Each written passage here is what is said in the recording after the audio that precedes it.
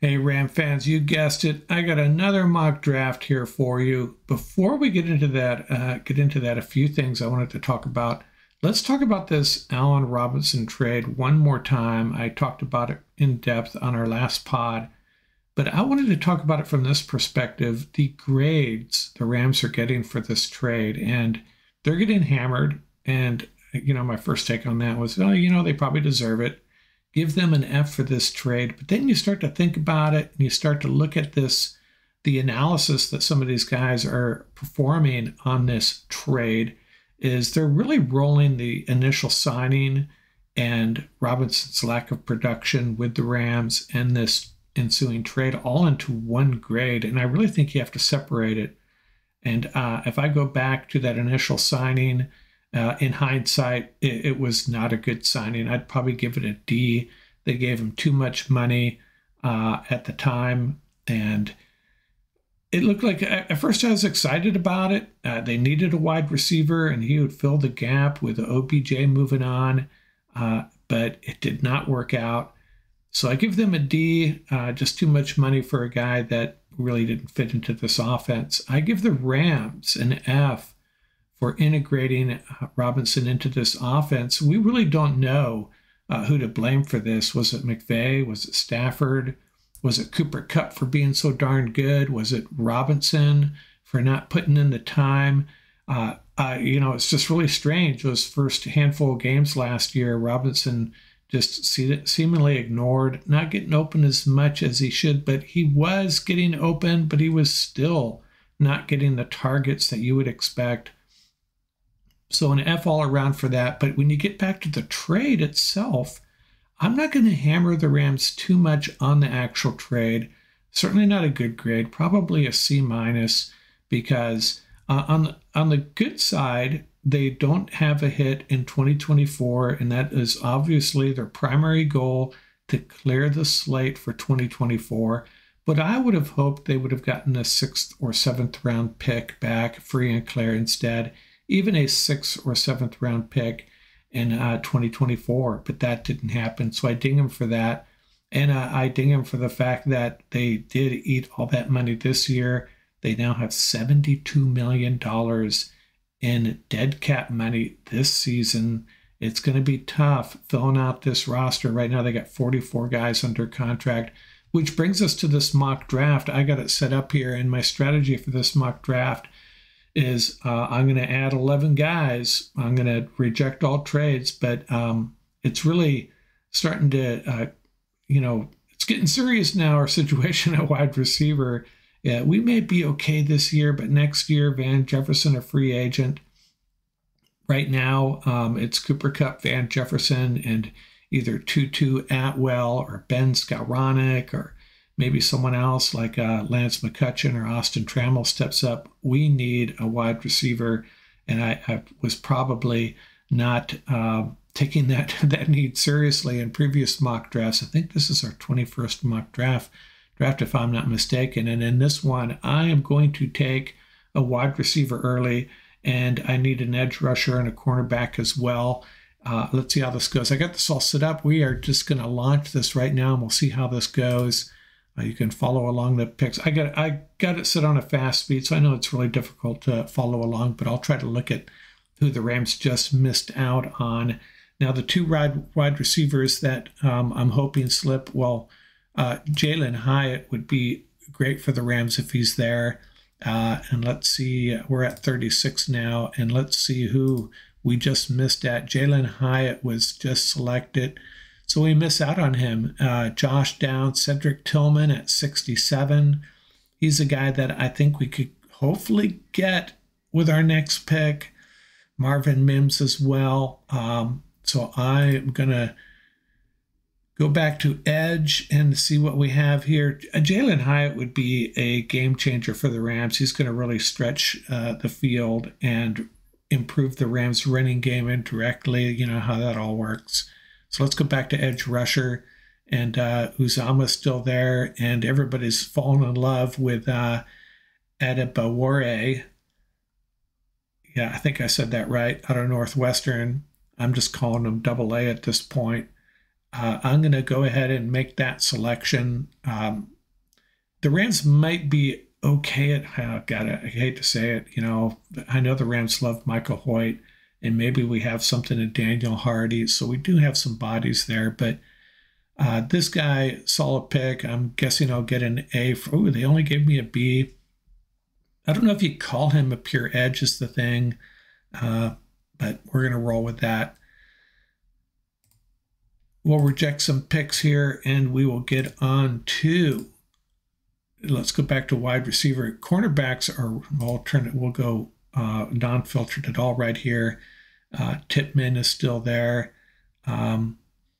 Marvin Mims. Did we miss out on Cedric Tillman? I think we did. Let's see who we Cedric. You know, this is really disheartening. We just missed on Jalen Hyatt. We just missed on Cedric Tillman.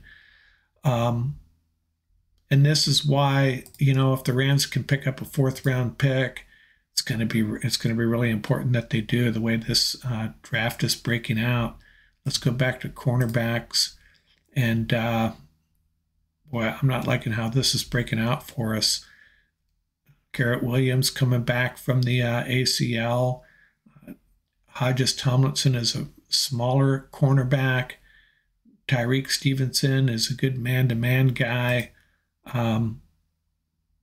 Let's go ahead and select. Let's go back to all. Is there someone that I really should be taking, a higher value guy? I'm going to go ahead and select Devon Achane, super fast running back.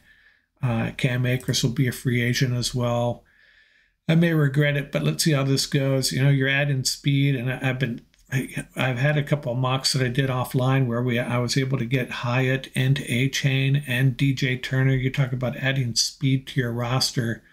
So we have a running back and an edge, no wide receiver, no cornerback yet.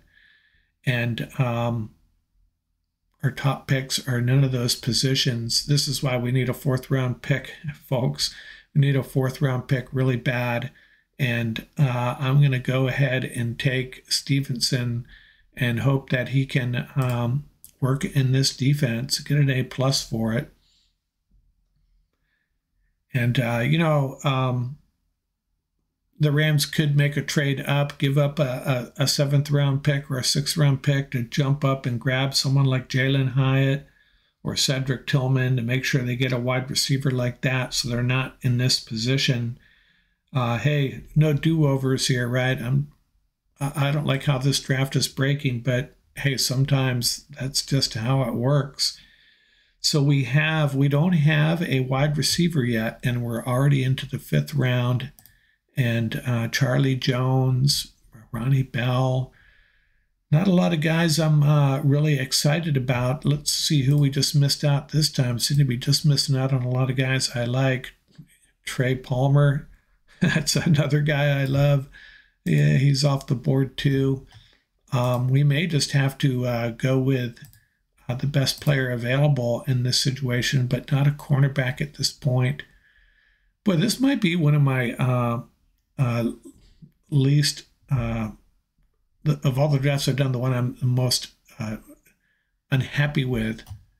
Let's go back to linebacker. Oh, geez. I don't see anyone I like here at this point. We'll go ahead and take Jalen Jones, another cornerback. Most of the drafts, if you've been following along, I'm going 2 cornerbacks, not even blinking about that. We need a linebacker. We could use another edge. We could use the wide receiver still. Charlie Jones is you know, there's a lot to like about him, but I think that's a little early for him. But by this board, it's good value. I'm going to go ahead and make that selection. So I'm filling out the spots. Not a lot of guys that I really, really want it, but that's just how it goes. So we still need a linebacker, and I would be okay taking another edge rusher as well. KJ Henry is still there. I'm going to go ahead and make that. That's a really good value. KJ Henry, if he lasted that long. We may not be able to draft a safety the way this is breaking out. We got a defensive lineman. Let's look at the linebackers again.